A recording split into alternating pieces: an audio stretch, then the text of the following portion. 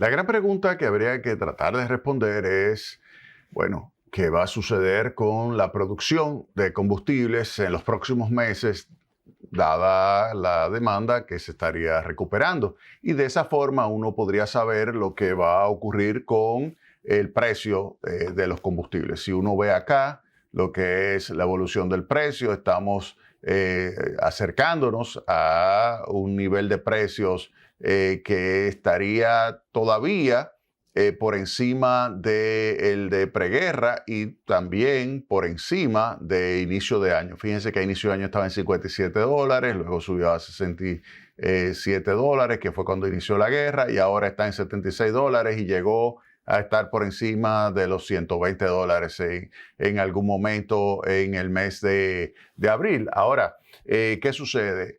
Ya se comienza a señalar que si hay finalmente un acuerdo que es definitivo entre Estados Unidos, Israel e Irán, que permita la recuperación de la infraestructura que se deterioró durante la guerra, pues esto pudiera llevar a que en vez de tener 100, 102 millones de barriles diarios que ahora mismo se tiene en materia de capacidad de producción, esto fuera de lo que se ha deteriorado, o sea, fuera de lo que se ha deteriorado. ¿Qué pasaría en los próximos meses cuando se hagan las inversiones para recuperar lo que se ha deteriorado y también aumentar la capacidad? Se estima, y esto es un artículo del Financial Times que señala que el acuerdo de paz en Oriente Medio podría anunciar un exceso de petróleo el próximo año, dice la Agencia Internacional de Energía. Y la idea es que pudiera pasar la oferta total de 103 millones de barriles diarios, pudiera llegar hasta 110 millones de barriles diarios. O sea, pudiera estar aumentando 6, 7 millones de barriles diarios la producción. Y esto pudiera hacer que el precio del barril de petróleo entonces comience a registrar un descenso. Claro, va a depender también de la evolución de la demanda. Depende si hay una recuperación o del ritmo de crecimiento global que acelere la demanda, o si finalmente ya la China no va a demandar esos 3 millones de barriles diarios que antes adquiría. Si la China va a decir, ¿saben qué? Vamos a seguir impulsando la movilidad con automóviles eléctricos, vamos a estar utilizando más trenes, vamos a estar utilizando más servicios de transporte que me permitan un ahorro de petróleo y sus derivados. Eso pudiera decir China, y si es así, entonces no cabe duda de que el precio de los combustibles, específicamente el crudo, pudiera quedar en un nivel por debajo de esto que fue al inicio de año un excelente precio de 57 dólares. Digo excelente precio para países importadores netos de combustible como la República Dominicana. Recuerden que por cada dólar que sube el precio del barril de petróleo, República Dominicana tiene que utilizar entre 50 a 60 millones de dólares en términos anualizados, 50 a 60 millones de dólares adicionales de sus recursos para adquirir la misma cantidad de combustible. Entonces yo creo que ese es un punto ahí importantísimo si pudiéramos recuperar ese nivel de los $57. Ahora, la pregunta es si eso es posible. Ahora, no cabe duda de que será un alivio si se sostiene esa paz entre Estados Unidos e Irán. Y eso lo decíamos, hay un artículo que yo escribí hace unas semanas, está en Diario Libre, donde yo señalaba si realmente se va a llegar a un acuerdo, si se va a llegar a una negociación, si usted sabe que ahí es que va a terminar, ¿para qué se están matando? ¿Para qué se está destruyendo? Si al final usted sabe que va a llegar a un acuerdo, porque no se van a destruir totalmente. Entonces, si usted sabe que usted no va a llegar a destruir al otro en su totalidad, entonces, ¿para qué usted va a destruir? Va a destruir infraestructura, va a destruir lo más valioso que es el capital humano. O sea, cuando hay una persona que muere en la guerra, Eso es capital humano. Usted no sabe si la cantidad de niños, de jóvenes, de adultos que fallecieron. Y dentro de esos niños, esos jóvenes, usted no sabe cuántos Einstein usted mató. Usted no lo sabe. Usted no sabe cuántos murieron, que pudieron haber sido tremendos investigadores, tremendo premio Nobel o un deportista. Usted no lo sabe y ya está muerto. Perdió la vida simplemente porque no hubo racionalidad entre las partes y se desembocó en una guerra. Se sabía que se iba a llegar finalmente a una negociación. Entonces, ¿por qué no se llegó antes? ¿Por qué no se llegó antes? Entonces, si nos vemos aquí en este artículo y analizamos este título, la reapertura de Hormuz, del estrecho de Hormuz, trae alivio a la economía global. Y aquí se toca el tema de la inflación. En realidad, lo que estamos diciendo es que se reconoce que volver a la paz, volver a tener ese flujo abierto de combustibles, pues va a ayudar a reducir la tasa de inflación y obviamente a mejorar el nivel de bienestar de la gente. Fíjense acá, la tasa de inflación en los Estados Unidos, fíjense en mayo, 4.2%.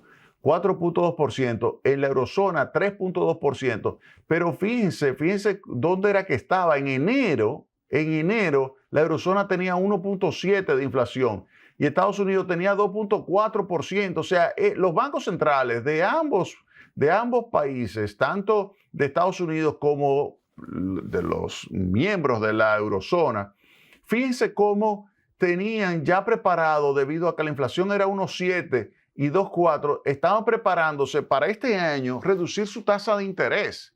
¿Por qué? Porque la inflación ya estaba acercándose Estados Unidos al 2% y ya la eurozona estaba por debajo del 2%. Entonces, la eurozona tenía una tasa de interés del 2%. Estados Unidos, que tenía una tasa de interés entre el 3.5 y el 3.75%, se estaba preparando a reducir en este año entre 2 y 3 veces la tasa de interés, cada una de las veces en 25 puntos básicos. Y con eso reanimar más la economía, pues porque la tasa de inflación iba a bajar. Y si bajaba la tasa de inflación, no era necesario tener una tasa de interés tan alta y por lo tanto podía aplicarse una reducción de tasas que favoreciera el crecimiento del empleo, favoreciera el crecimiento de las oportunidades de generación de ingresos y por lo tanto aumentar el nivel de bienestar en los Estados Unidos, que eso nos ayuda muchísimo a países como la República Dominicana, que reciben el 80% de los casi 12.000 millones de dólares que recibe el país de remesas familiares. El 80% viene de los Estados Unidos. Entonces nos interesa que a los Estados Unidos le vaya bien. Ahora, fíjense lo que sucedió. Fíjense ahí. Tan pronto comienza la guerra, mire cómo va subiendo en cada uno de los meses. Mire aquí cómo va subiendo la tasa, mire cómo va subiendo y termina en mayo 4.2% y la eurozona 3.2%. Ahora se estaría pronosticando que comience a bajar debido a la reducción de los precios de los combustibles, que comience 4.2, fíjese 3.9 y así 3.5, pero todavía se va a mantener alta. O sea, por eso, en la reunión de la Reserva Federal de hace unos días, la mayoría lo que piensa es que antes de finalizar el año, la tasa de interés va a subir en los Estados Unidos. Antes se pensaba, a inicio de año, que en este año se iba a reducir la tasa de interés. Pues ahora piensan, los miembros de la Reserva Federal, del Banco Central de los Estados Unidos, piensan que antes de finalizar el año lo que va a suceder es un aumento de la tasa de interés. Y es lógico, porque si usted ve que todavía en julio tiene una tasa de inflación de 3.5 y así en agosto, septiembre todavía 3%, 3.1 en octubre, 3 todavía en enero del año que viene, es lógico que con una tasa de inflación de 3% no te van a bajar la tasa de interés. La Reserva Federal no va a bajar la tasa de interés cuando tienes una tasa de inflación del 3%. Recuerden que la meta en los Estados Unidos es una inflación del 2%. O sea, estamos hablando de 50% más de la meta. Si estamos ante una inflación del 3%, ahora estamos en el doble. Vuelvo y se la muestro. Mayo, 4.2%. Y este caso, fíjense acá, la eurozona, fíjense que está entre 2, se piensa que en junio va a estar en 3.1, luego 3.1, Luego, fíjense que aquí todavía la eurozona se prevé que en octubre va hasta 3,5, 3,4, o sea, porque hay un rezago, hay una inflación inercial, hay una persistencia de la inflación. O sea, hay lo que se llama la inflación que está en la tubería. Imagínense, usted corta el agua, por ejemplo, el suministro de agua.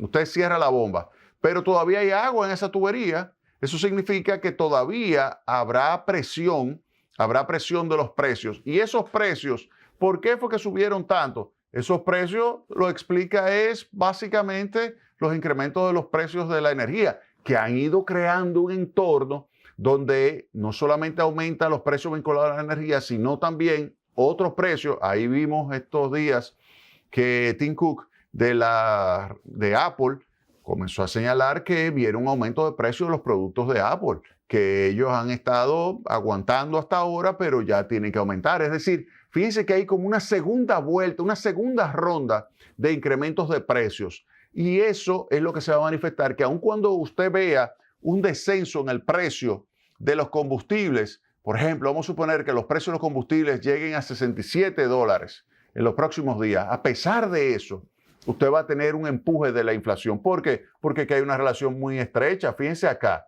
Miren lo que fue la contribución de los combustibles a la tasa de inflación en países desarrollados. Fíjense acá, comienza la guerra y fíjense cómo brinca y se coloca en un punto porcentual adicional de inflación. Fíjense que si los precios comienzan a bajar, fíjense que esto comienza a bajar, pero todavía a final de este año, todavía estará entre 0,25 y 0,50 de aporte a la tasa de inflación.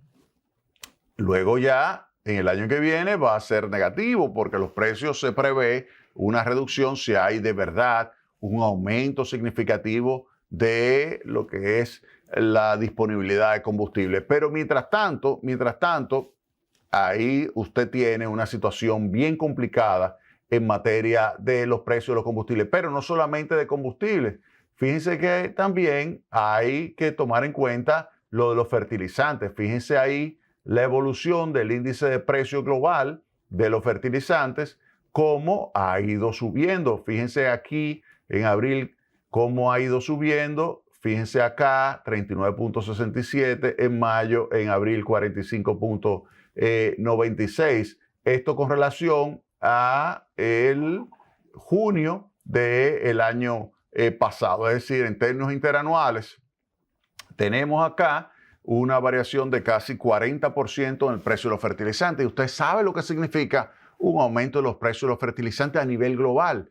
O usted reduce la cantidad de fertilizantes, lo cual significa una reducción de productividad y un aumento de los precios porque hay una disminución de la producción de alimentos, o usted compra los fertilizantes y traslada ese aumento de costos al precio final. Es decir, que también tiene un problema serio porque, dado que el ingreso de los agentes económicos es limitado, si hay un aumento de los precios de los alimentos, eso significa que habrá una menor demanda de alimentos o de otros bienes. Y eso va a significar un impacto negativo sobre el nivel de bienestar de la gente. Entonces, ¿qué significa todo esto? Que el choque petrolero provocado por la guerra en Medio Oriente, aun cuando la guerra termine, aun cuando el precio baje, aun cuando ese precio aquí que estamos viendo en $76 en el momento que estamos grabando y que pudiera, al momento que usted lo vea este programa, estar por encima de 76 o por debajo de 76,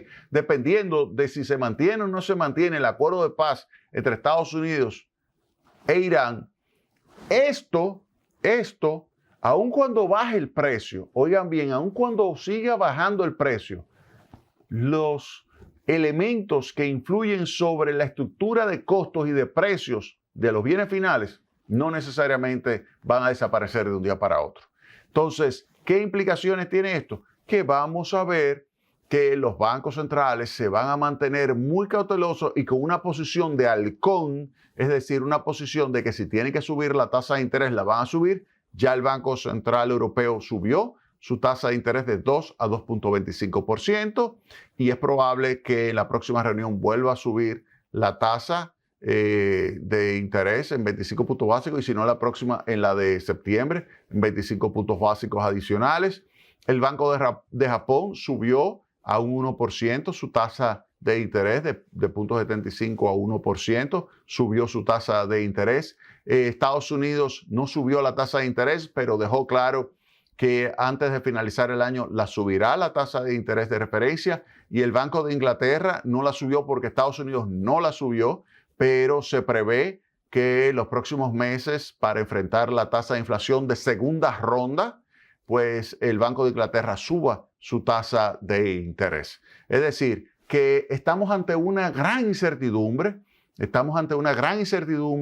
con relación a los precios de los combustibles, con relación al impacto que tiene, aun cuando bajen los precios de los combustibles, el impacto que tiene ya sobre la estructura de costos, las implicaciones que eso tiene sobre los precios promedios de los artículos de primera necesidad, como es el caso de los alimentos, el impacto que tiene sobre la inflación de segunda ronda, que sería una inflación donde ya habría presiones por aumentos de salarios, presiones sobre el precio de los servicios que desemboquen en nuevos empujes hacia arriba de la tasa de inflación. Esto lamentablemente es un impacto negativo sobre el bienestar de la gente y hay que estar preparado. Hay que estar preparado y por eso, aun cuando ustedes vean que los precios de los combustibles estén bajando a nivel internacional, eso no significa que podemos dormirnos en los laureles. No, hay que estar preparados para tomar las medidas adecuadas para asegurar el anclaje de la expectativa de inflación y el mantenimiento de la estabilidad macroeconómica. Eso para mí es fundamental. Vámonos a la pausa y retornamos en breve con más Tecnopol.